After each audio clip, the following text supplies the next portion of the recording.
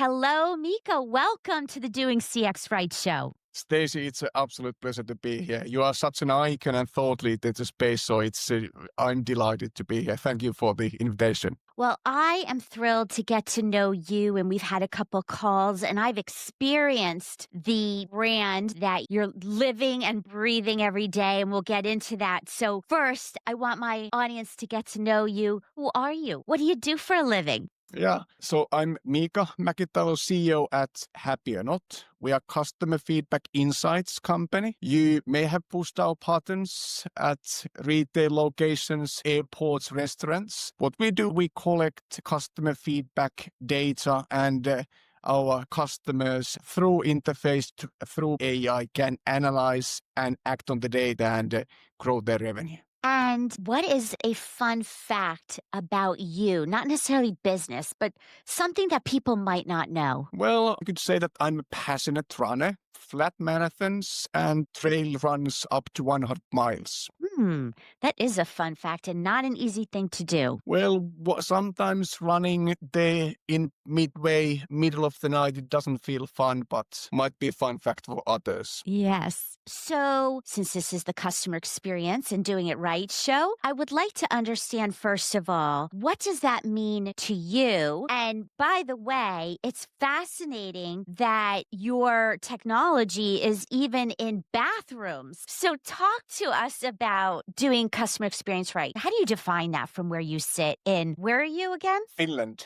Finland. Yeah. Yes. I want to highlight that because you're outside the USA where I am. And so customer experience has different meanings in different places. Yeah, absolutely. There are different meanings. And while we are Finland based, we have customers everywhere. And half of our revenue is coming from the US. So it's a critical success factor for us. But I just love the show name, your podcast, Doing CX Right. Because it's not doing CX, it's doing CX right. And I think, and of course, this is something you are touching often in your episodes, that how to do it, what's the impact. And for me, it is quite simple. It's measure, analyze, and act. And then that leads to results. So first, making sure that we see the data, we listen, we have a way understanding, engaging way, collecting feedback, analyzing, and then acting, because that then leads to results. Either we can do things smarter, that leads to customer retention improving, revenue, sales growing, everything. So that's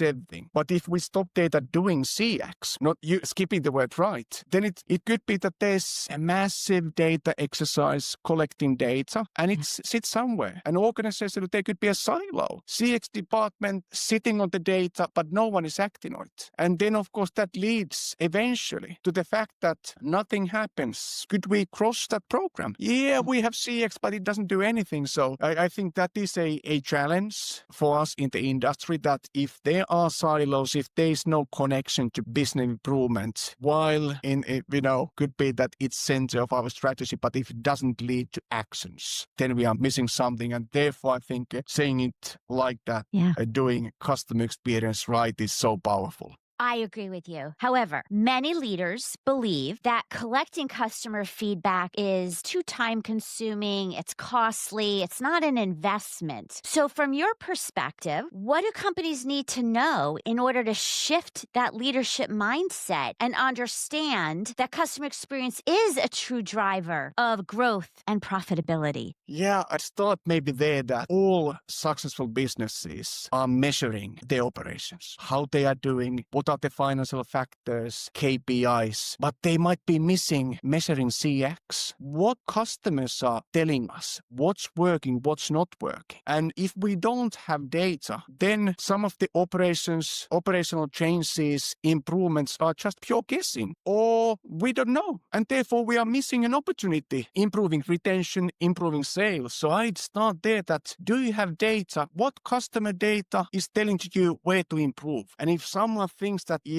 we are measuring everything except customers, I think that they should maybe start ABCs, how to run business.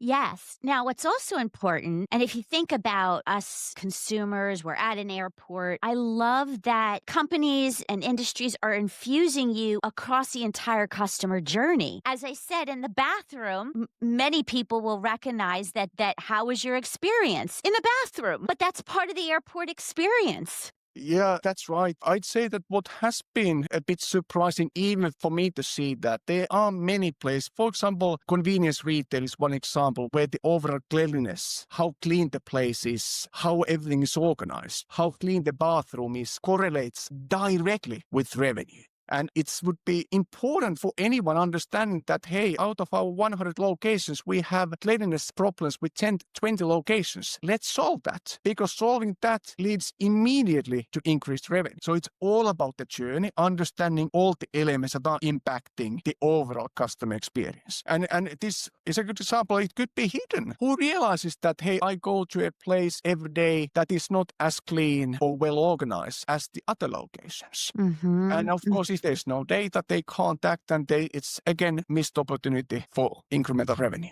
Yes. And I think also that consumers in business, B2B, B2C, I think there's heightened sensitivity to an experience, not just price. Yeah. So, with all of your Happy or Not research findings and the things that you've been looking at customer data, what would you say are the top 3 frustrations that customers are facing from the collection that you're doing that might be relevant to listeners? Yeah, so it's not long ago we published our retail CX report where we went through all of our data, what we see, what's working, what's not working in the CX space for retail. And there are 3 items that are quite pivotal. What's especially something folks should be watching out and so pricing, checkout, and product availability. And if I briefly comment all of those, it's pricing. It's that if the price perception is not right, it's the quality offering service around it. If it doesn't meet what customer experience, then there's an issue. There's an issue, and of course, companies can solve that, making sure that, hey, we are transparent with pricing. It is aligning with the expectations customers have, and then it works. That drives loyalty, that drives retention, that drives sales. Then on checkout, I'd say that there's now a massive trend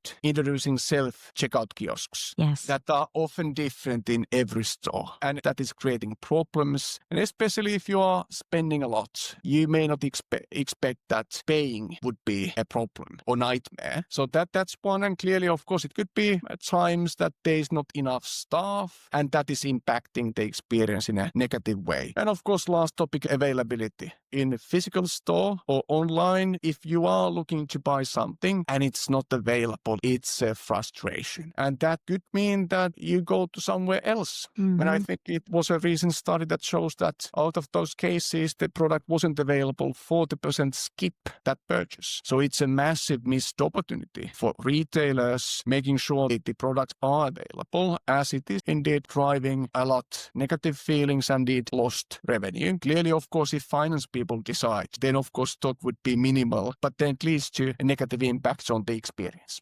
Yeah. Now, I believe, and I've been saying this a couple times in my show, but I want to get your take on it. A lot of companies are measuring customer satisfaction. Now, I believe that if I went to a retail store and I came out and said, yeah, I was satisfied with the products and the checkout, I was satisfied. That doesn't mean very strongly that I'm going to go back or I'm going to refer. I was satisfied. It's fine. It was good. It was average. I believe that people are looking for those emotional highs, those peak moments, and more of those that are compounding effects over being satisfied. What's your view, being in the data feedback collection and measurements? What do you think about this? Totally with you. Of course, it can't be, it is not so that the price was right, i.e. that would be driving loyalty. So it's a compounded effort of everything. It's all about the whole journey, the whole experience. And of course, there is brand loyalty. There are those shoppers who go to the same place every time, but more and more customers are willing to choose otherwise. They hear their friends telling there's a new brand, there's a new location, and while your experience was 5 out of 5, of course, it doesn't mean that you are committed for that brand. So it is absolutely right. But I think going back to the topic that if companies don't know, they don't know. So then measuring everything and collecting a lot of data in an easy, engaging, frictionless way would be pointing what's working, what is not working. And on this front, I wouldn't look at CX or places as a whole. Hey, what's working in our brand? I'd be looking at locations, well, way smaller items, thinking that out of, say, our 100 locations, thinking about pricing, thinking about staff friendliness, product availability, organization of our store, layout, cleanliness, all these items, how they spread out, how those correlate with building a matrix, with customer experience versus revenue. Customer experience versus basket size. And then finding out we have 20 stores with problem that we are overstaffed, understaffed, we have staff that is not maybe friendly. So it could be that we haven't done the proper introduction for the employees. There could be a new leader. There's a problem with these items. And then think that if we increase those places or those topics to the brand average, we do it so much more. But then also finding out what are the best performing ones. Why we see certain customers returning all the time? What is driving a loyalty there? And then, of course, trying to copy that to all places, everywhere. But I think that trying to drive loyalty, high CX, needs really data and understanding what is working and what is not working. And then not just rely on that, but continuously drive a better performance and acting on data, thinking how we can do better. And indeed thinking that it's all these elements, the whole customer journey is compounding into brand loyalty, retention, and the revenue growth. It's not like, hey, we'll fix something and we are done here. Now, survey fatigue is a real thing. People are tired of surveys. Can you talk about, are you seeing that as a trend? I mean, part of your solution actually makes it easy to give feedback. Talk about that a little bit. Yeah, that is a major trend and concern that, of course, as consumers, as customers, we are receiving ton of surveys. You go to a mall, you come back home and there are 5 emails, all saying, you are so important customer, let us know how we could improve. It takes only 10 minutes. Who is then responding to 5 surveys, taking altogether 50 minutes? Only if the experience was bad or exceptionally good, meaning that the sample may not be representing the customers.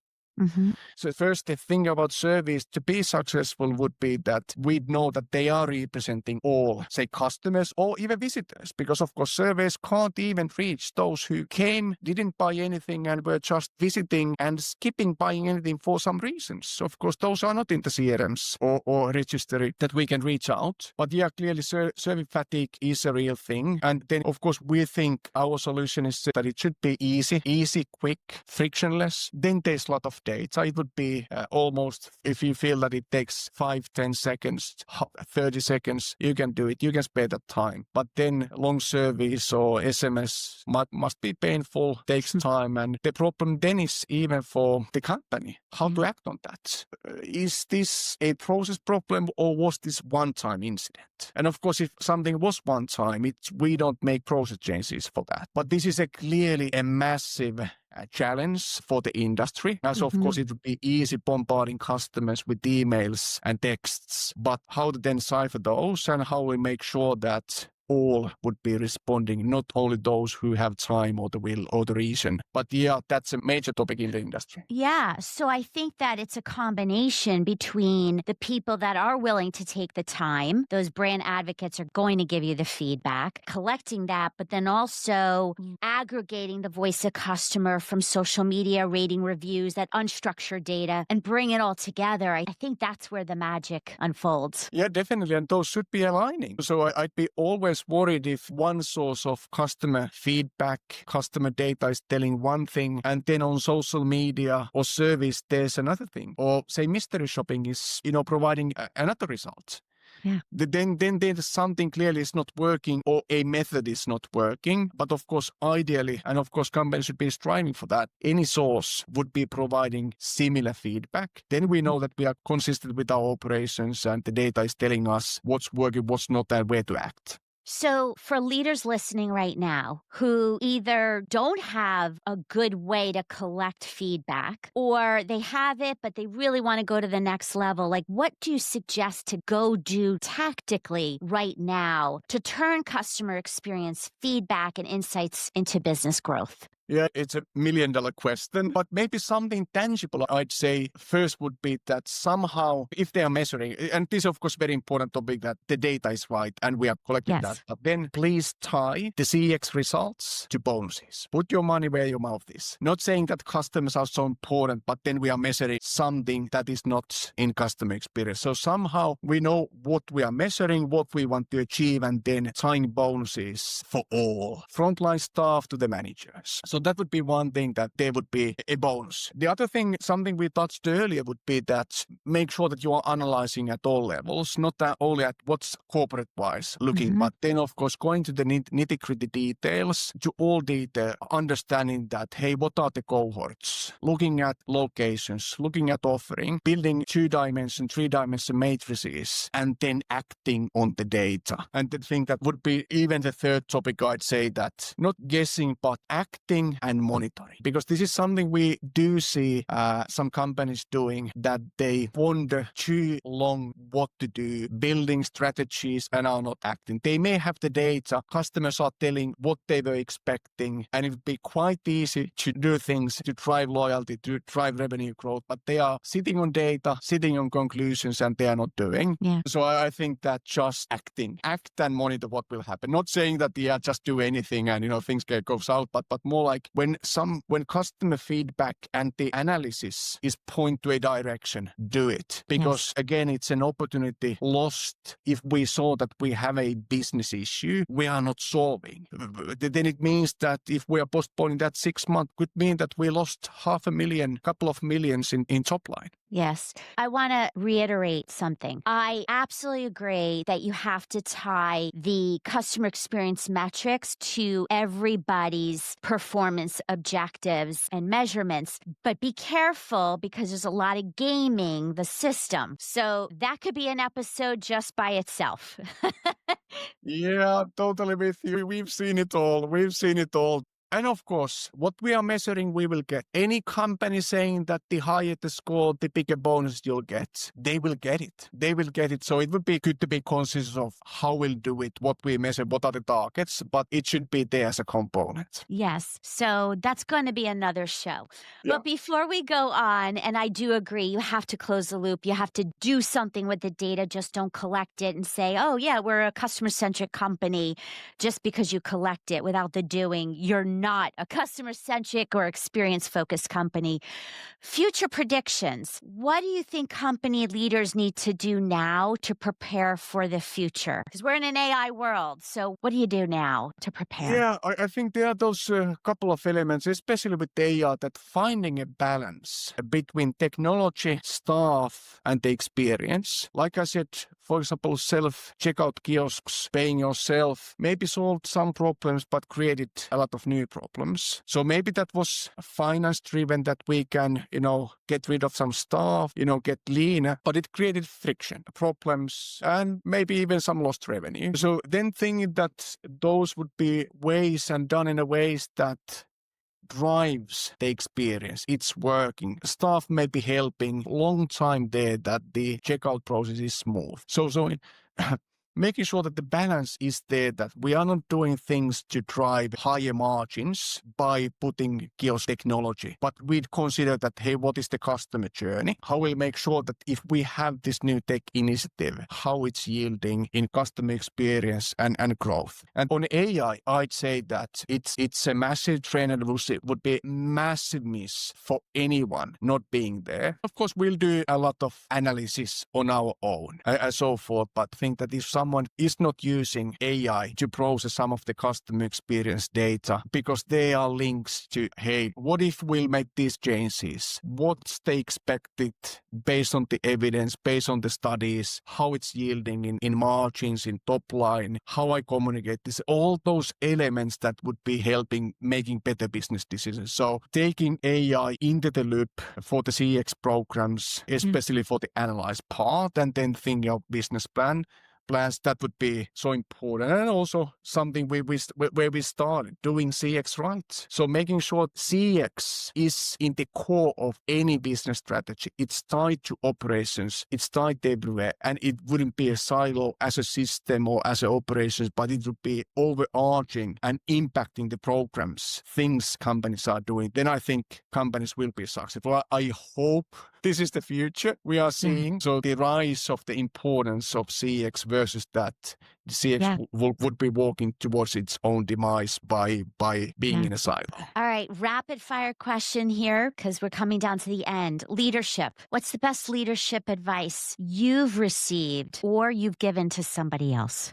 I'd say my favorite, what I've heard and try to live better by that is that for a leader, it would be so important to understand the team there is not for the leader. It's vice versa. So when the leader understands that my job is to make my team members successful, hit their targets, help them hit their targets, that they can be on their professional career goals, they can be successful, they can be stars in the organization. They will be happy and give everything they've got. And that is creating success. And I think those leaders who think the team is for them, it's all about ego. The team is not putting all the efforts they can. So I think the mindset is that it's a service job would be important. And one of my favorite advices. Yeah, absolutely. And last favorite question of mine, I ask everyone, if you could go back in time to your 20-year-old self based on what you know now, what would you tell the younger you?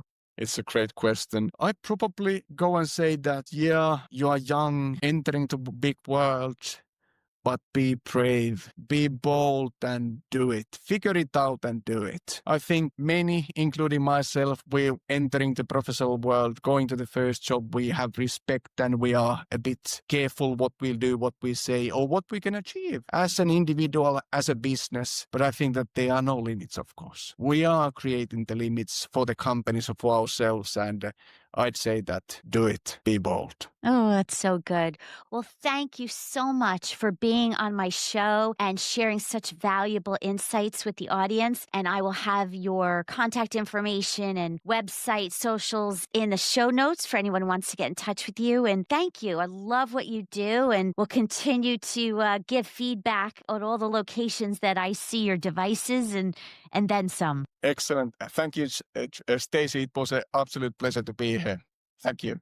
Thank you.